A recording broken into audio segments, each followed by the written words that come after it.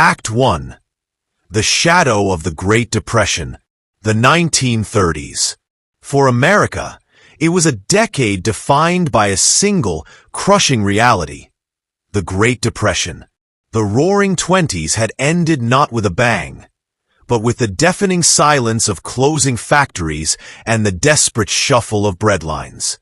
In the industrial heartland of the nation, cities like Cleveland, Ohio, once a powerhouse of steel and manufacturing, were brought to their knees. The air, once thick with the smoke of prosperity, was now heavy with the stench of poverty and hopelessness. At the very center of this urban decay was a place that seemed to be a living metaphor for the nation's suffering. A grim, forgotten gulch known as Kingsbury Run. It was a scar running through the city's industrial flats, a foul-smelling creek bed that served as an open sewer. On its banks, a sprawling shantytown had sprung up, a desperate city within a city, pieced together from scrap metal, cardboard, and broken wood. This was a Hooverville, a bitter monument to a failed economy. It was populated by the ghosts of the Depression, laid-off factory workers, drifters hopping freight trains, veterans with no future, and families with nowhere else to go. They were the forgotten people, living in the shadows, invisible to the rest of the city. It was in these shadows that a predator found his perfect hunting ground. The horror first surfaced on the morning of September 23, 1935. A pair of teenage boys, exploring the overgrown wilderness of Kingsbury Run, stumbled upon a sight that would forever rob them of their youth. Lying at the bottom of a ravine was the naked, headless torso of a white male. The body had been expertly drained of all blood, giving the skin a pale, waxy, almost mannequin-like quality. The sheer clinical precision of the decapitation was shocking. It was not the work of a frenzied killer, but of someone with anatomical knowledge and a steady, practiced hand. The only identifying mark was a large, elaborate tattoo of a U.S. Marine Corps insignia on his chest. This unknown victim would forever be known as the Tattooed Man. Just days later, the remains of another man, Edward Andrassy, were discovered nearby. The gruesome signature was the same: decapitated, drained of blood, dismembered with surgical skill. The Cleveland police were now faced with a terrifying reality. This was not a random act of violence. A new type of killer was stalking their city, a methodical butcher who preyed on the city's most vulnerable citizens, confident that his victims were so marginalized, so forgotten, that no one would even notice they were gone. He was wrong. The city was about to notice, and it would be gripped by a fear unlike any it had ever known. Act 2. The Hunter and the Ghost. As the list of dismembered victims grew, and the press fueled a city-wide panic, Cleveland's political leaders knew they needed more than just a standard police investigation. They needed a hero, and in 1935, they got one. His name was Eliot Ness, and he was, at the time, the most famous lawman in America. Ness was a living legend, a real-life supercop. As the young, incorruptible leader of the federal squad, known as the Untouchables, he had achieved the impossible. He had taken on the vast criminal empire of Al Capone in Chicago and won. He was a symbol of modern, scientific, and relentless law enforcement. When he was appointed as Cleveland's new public safety director at the remarkably young age of 32, the city saw him as a savior, a man who could finally clean up the corruption and crime that plagued its streets. The Mad Butcher of Kingsbury Run would become the defining case of his career, a battle of wits against an entirely new kind of evil. Unlike the flamboyant gangsters of Chicago, the torso murderer was a ghost. He had no empire to dismantle, no associates to interrogate, no trail of money to follow. He was a silent predator, and his crimes were deeply personal and psychologically terrifying. Eliot Ness, accustomed to fighting organized crime, was now hunting a phantom. He immediately launched the largest manhunt in Ohio's history. He brought his famous reformist zeal to the Cleveland Police Department, firing corrupt officers and establishing state-of-the-art forensic laboratories. He ordered his detectives to work around the clock, creating a huge task force dedicated solely to this case. Thousands of residents of Kingsbury Run were brought in for questioning, their fingerprints taken. Every butcher, doctor, and medical student in the city was scrutinized. The investigation was massive and methodical, but the killer remained one step ahead, almost as if he were enjoying the challenge. As Ness's investigation intensified, the killer grew bolder. The body parts began to appear in more public and brazen locations.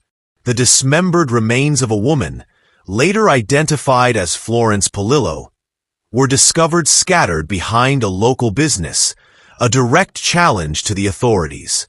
It was a taunt, a demonstration of the killer's complete contempt for the city's famous new top cop.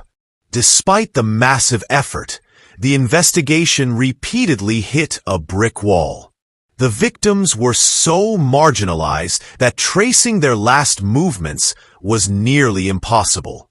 The killer's surgical skill and the practice of draining the bodies of blood meant that almost no useful forensic evidence was ever left behind. There were no fingerprints, no murder weapons, no witnesses.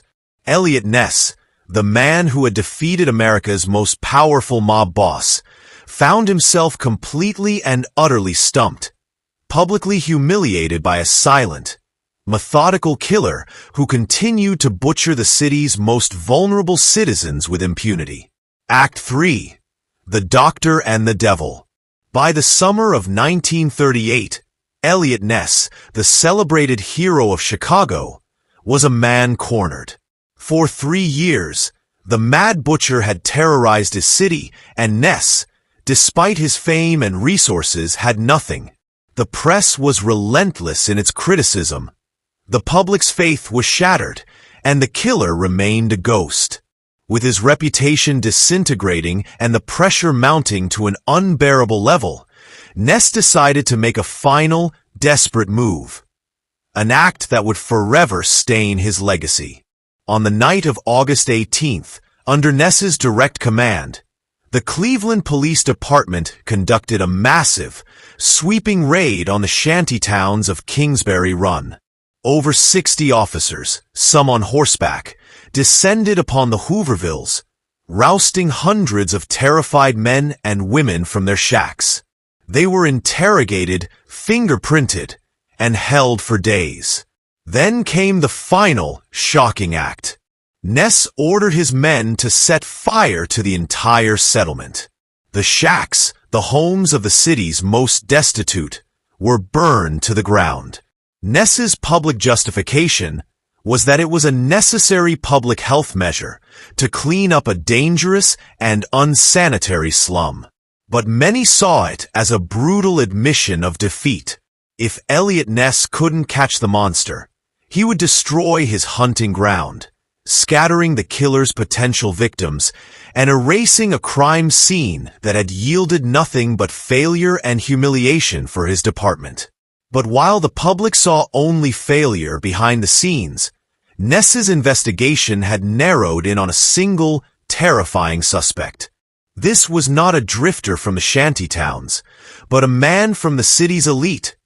A man who was brilliant, well-connected, and deeply disturbed. His name was Dr. Francis E. Sweeney. Dr. Sweeney was a gifted surgeon, a man whose hands were trained to heal. But he had a dark side. During his service in a medical unit in World War I, he had performed countless field amputations, giving him the precise surgical skill and anatomical knowledge needed to carry out the grotesque dismemberments. He was also a raging alcoholic, known for his violent mood swings when drunk, and his powerful family, which included a U.S. congressman who was one of Ness's most vocal political enemies, had protected him for years. Ness was convinced Sweeney was the killer. He brought the doctor in for a series of intense, secret interrogations, holding him in a hotel room for days. According to Ness's own private memoirs, Sweeney never gave a full confession, but he taunted the famous lawman, playing a dangerous game of cat and mouse. During the interrogation, Sweeney failed 2 separate polygraph tests. For Ness, this was the final proof. He was sure he was sitting across from the Mad Butcher of Cleveland. Act 4. A Devil in a Cage. Eliot Ness was now in an impossible position. He was sitting face to face with a man he was certain was the Mad Butcher. A man who had failed 2 polygraph tests and whose background was a perfect match for the killer's profile. But Ness knew that a suspicion, however strong, was not enough to secure a conviction in a court of law. The evidence against Dr. Sweeney was entirely circumstantial. There was no direct physical proof, no fingerprints, no witnesses, that could definitively place him at any of the crime scenes. And Sweeney was not a homeless drifter. He was a member of a powerful, politically connected family. His cousin, Congressman Martin L. Sweeney, was one of Ness's most bitter political rivals. Ness understood that if he were to arrest the doctor and fail to secure a conviction, the political fallout would be catastrophic. He would be accused of a malicious prosecution, and his career would be destroyed. The killer would walk free untouchable. Faced with this dilemma, Ness made a decision that would be debated for decades. He chose a different kind of justice. He couldn't put the devil in prison, so he would put him in a cage. Using the results of the failed polygraph tests and Sweeney's history of mental instability and alcoholism, Ness allegedly used his immense power and influence to force the Sweeney family's hand. Shortly after his secret interrogation with Ness, Dr. Francis Sweeney voluntarily committed himself to the Soldiers and Sailors' Home in Sandusky, Ohio. From there, he was transferred to other mental institutions, where he would spend the majority of the rest of his life. He was a free man on paper, but in reality, he was a prisoner of the psychiatric system, his freedom forfeit in a secret backroom deal. And then, the most compelling evidence of Sweeney's guilt emerged. After he was institutionalized in late 1938, the canonical Cleveland torso murders, which had plagued the city for 3 years, stopped. Abruptly and completely. The timing was too perfect to be a coincidence. But even from within the walls of the asylum, the killer continued to taunt his pursuer. For years, Eliot Ness would receive postcards and letters, written in a strange, poetic, and mocking tone. They were signed with pseudonyms, but Ness was convinced they were from Sweeney, a final, chilling game of cat and mouse from the man he could never convict. The Mad Butcher was caged, but his ghost still roamed free. Act 5. The Hero's Burden. The silent, unofficial end to the torso murders was a hollow victory for Eliot Ness. He had stopped the killings, but he had failed to bring the killer to public justice. The case became a permanent shadow over his legacy. The press and his political enemies used the officially unsolved status of the murders to attack his reputation, chipping away at the invincible image he had built in Chicago. The Mad Butcher case haunted Ness for the rest of his life. It was the one great puzzle he could never publicly solve, the one monster he could never truly vanquish. He left his position in Cleveland in 1942, his brilliant career in law enforcement effectively over. He spent his later years in relative obscurity, a diminished figure who, in private, would often talk about the chilling details of the one case that got away. It was only after his death in 1957 that his own writings were published, revealing to the world his absolute certainty that Dr. Francis Sweeney was the killer. To this day, the Cleveland torso murders remain officially unsolved. Dr. Sweeney stands as the overwhelming primary suspect, a man who possessed the rare combination of surgical skill, psychological instability, and proximity to the crimes. The fact that the murders stopped the moment he was institutionalized is the most damning piece of circumstantial evidence. But without a public confession, and with Ness's evidence kept private for so long, it remains a historical conclusion, not a legal one. Other theories have surfaced over the decades, attempting to fill the vacuum of certainty. Some have tried to link the Mad Butcher to other famous crimes, including the Black Dahlia murder in Los Angeles, due to some superficial similarities in the mutilation of the bodies. But these theories lack the compelling evidence that points towards Sweeney. Lost in the grand narrative of the legendary lawman and his phantom foe are the victims themselves. They were 12, possibly more, men and women who had already been forgotten by society long before they were murdered. They were the anonymous casualties of the Great Depression, and in death, they became the nameless props in a gruesome theatrical crime. For many of them, their names, their stories, and their identities were never recovered. Their final resting place a potter's field, their only memorial the infamy of the killer who took their lives. Act 6. The Unpunished Ghost. The legacy of the Cleveland torso murderer is not just that of an unsolved case, but of a perfect and terrifying predator. He was a killer who understood the society he lived in and used its weaknesses to his advantage. In the chaos and desperation of the Great Depression, he discovered a chilling truth, that there were people so far on the margins, so forgotten and invisible, that they could be erased from existence with almost no consequence. He was not a killer who sought fame in the way the Zodiac would decades later. He never sent taunting letters to the press, save for the postcards that privately tormented Eliot Ness. He did not have a grand, apocalyptic vision like Charles Manson. His motive, if one existed beyond a dark, internal compulsion, remains a complete mystery. He was a human butcher who performed his gruesome work in silence and then vanished, leaving a city to wonder if the man they suspected was truly the killer, or if the real monster had simply moved on to new hunting grounds. The case remains a dark stain on the history of Cleveland, a terrifying chapter from a time when the city was at its most vulnerable. It is the story of a legendary lawman's greatest failure, and of a brilliant, politically connected doctor who may have been a real-life Hannibal Lecter. Ultimately, the Mad Butcher of Kingsbury Run was a ghost born from the desperation of his time. He hunted in the shadows of a broken economy and found his victims among those society had already left for dead.